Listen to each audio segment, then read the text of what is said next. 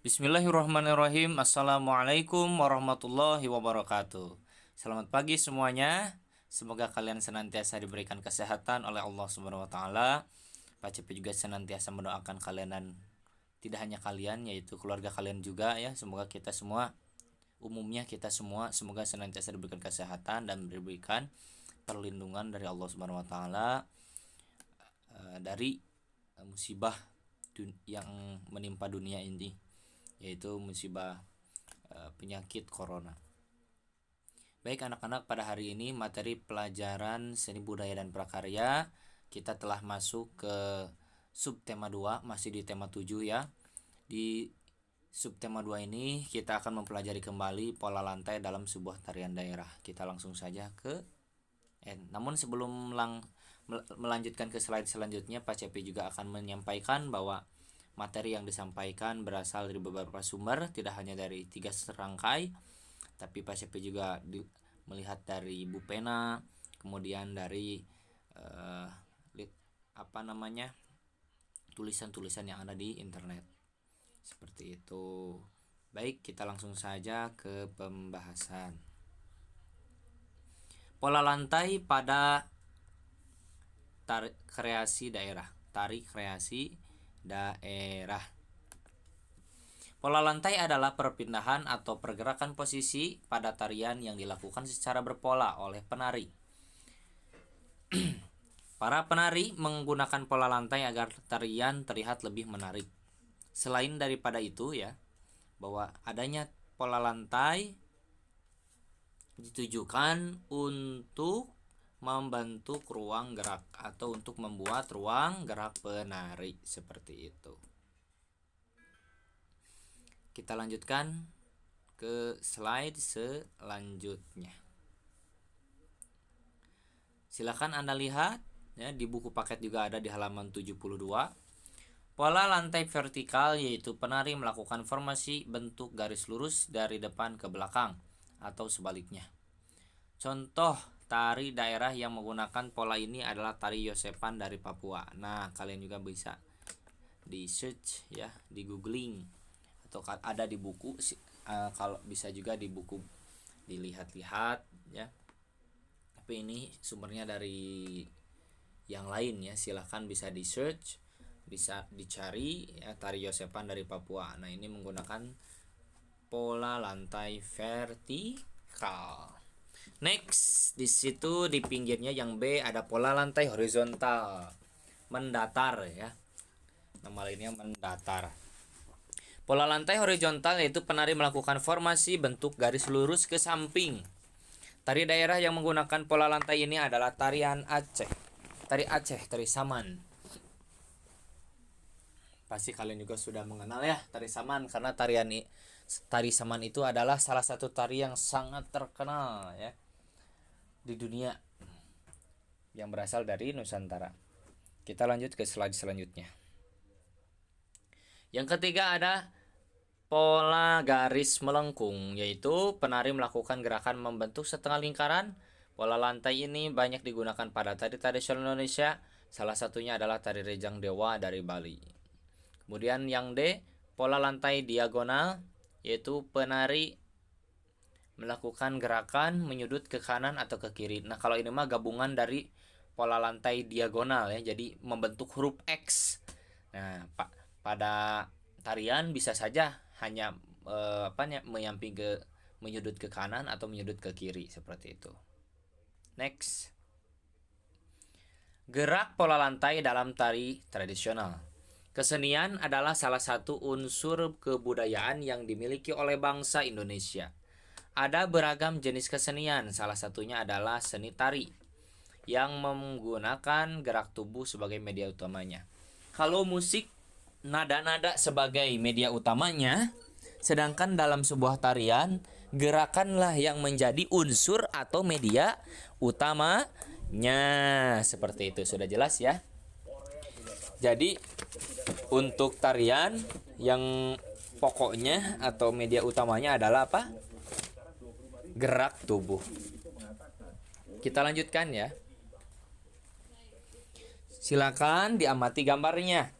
Ada dua tarian di situ, ada tari kancet dari Kalimantan, kemudian tari cakalele dari Maluku. Tari daerah di atas bermakna tentang kepahlawanan. Tari kancet menggunakan pola lantai lurus ke samping, berarti kalau lurus ke samping apa? Mendatar atau horizontal. Sedangkan tari cakalele menggunakan pola lantai melingkar.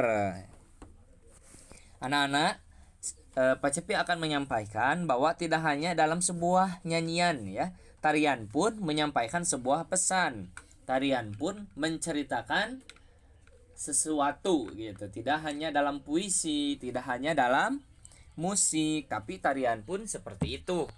Nah, dua gambar di atas adalah contoh tarian yang bermakna atau menceritakan tentang kepahlawanan. Kita lanjut ke slide selanjutnya. Slide selanjutnya di situ ada tari cakalele dari Maluku. Tari cakalele dari Maluku menceritakan sekelompok pemuda yang berangkat menuju medan perang dan sesudah pulang dari medan perang. Jadi tarian-tarian atau gerakan-gerakan pada tarian ini menceritakan ketika menceritakan sekelompok pemuda yang berangkat menuju medan perang dan pulang dari medan perang, seperti itu. Lanjutkan ya. Gerak pola lantai sesuai irama lagu. Salah satu tari tradisional Indonesia adalah tari tortor. Tari tortor merupakan tari yang berasal dari suku Batak, daerah Sumatera Utara. Biasanya ditampilkan menggunakan kain ulos. Jadi para penari menggunakan kain ulos. Ada yang tahu kain ulos seperti apa? Ya, bisa di-search ya. Kain ulos adalah salah satu kain khas Batak. Kalau di kita kan, kalau di Cirebon misalnya ada batik Megamendung. Nah, kalau misalnya di Batak atau di Sumatera Utara ada kain ulos. Kita lanjutkan ya. Maaf. Kita baca yang bawahnya, paragraf bawahnya. Tarian ini dinamakan tari tortor sebab berasal dari suara gerakan kaki saat menari berbunyi tortor. Nah, tarian ini dipakai untuk persembahan bagi roh leluhur atau kematian. Selain itu, tarian ini juga dijadikan sebagai upacara kematian. Panen, berarti panen teh rasa syukur mereka ya.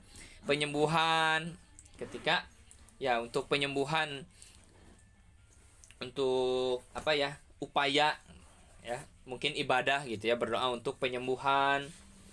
Kemudian pesta muda-mudi. Nah, kalau sekarang di zaman globalisasi seperti ini, tarian-tarian tradisional yang begitu erat kaitannya dengan keagamaan, ritual, ibadah gitu ya. Seperti tidak hanya di Medan atau di suku Batak ini, tapi di seluruh Nusantara, tidak hanya ditujukan untuk persembahan bagi roh leluhur atau beribadah ya. Tapi di zaman globalisasi, tarian-tarian seperti ini seringkali bukan seringkali, tapi fungsinya sedikit bergeser menjadi hiburan gitu. Kalau yang awalnya ritual, sekarang menjadi hiburan untuk menghibur. Kalau dulu kan sangat sakral ya, dibawakannya itu tidak bukan maksudnya untuk hiburan. Tadi kan sudah dijelaskan sebagai penyembuhan, sebagai persembahan kepada roh leluhur dan atau kematian gitu kan. Nah, kalau zaman sekarang sih ditampilkan lebih condongnya fungsinya sebagai hiburan seperti itu. Jadi ada pergeseran fungsi. Di sebelah kanan ada gambar tari tortor. Para penari tortor yang menggunakan pola lantai mendatar ya atau horizontal. Nah, pada slide ini kalian silakan apresiasi tarian tortor. Tarian tortornya link video tarian tortor ini akan Pak Cepi sertakan ya bersama deskripsi tugas kesenian. Silakan kalian tonton. Nah, setelah kalian selesai menonton, kalian lanjut ke slide selanjutnya. Pak Cepi kagok boleh kalian lanjut dulu ke slide berikutnya, melihat dulu video pembahasan Pak Cepi beres, baru kalian tonton atau apresiasi tarian ya. Nah, di kesempatan atau pertemuan hari ini, tugas kalian ada di buku paket 3 serangkai kalian yang kalian pegang. Tematik 5, tema 7, subtema 2, halaman 70 sampai halaman 73. Tugasnya apa? Tentukan dan gambar pola lantainya. Nomor 1 dan 2 sudah ya. Kemudian nomor 3, 4 di halaman 73 1. Kalian tinggal gambar pola lantainya saja seperti contoh. Terima kasih. Oh iya, tugasnya jangan lupa dikumpulkan ke KI3 e-learning. Kalau misalnya ada yang mau ditanyakan, boleh di chat ke Pak Cepi, boleh melalui Telegram, boleh melalui WA atau melalui BIP. Mangga yang mana saja. Jangan lupa tugasnya dikerjakan ya. Terima kasih. Wassalamualaikum warahmatullahi wabarakatuh.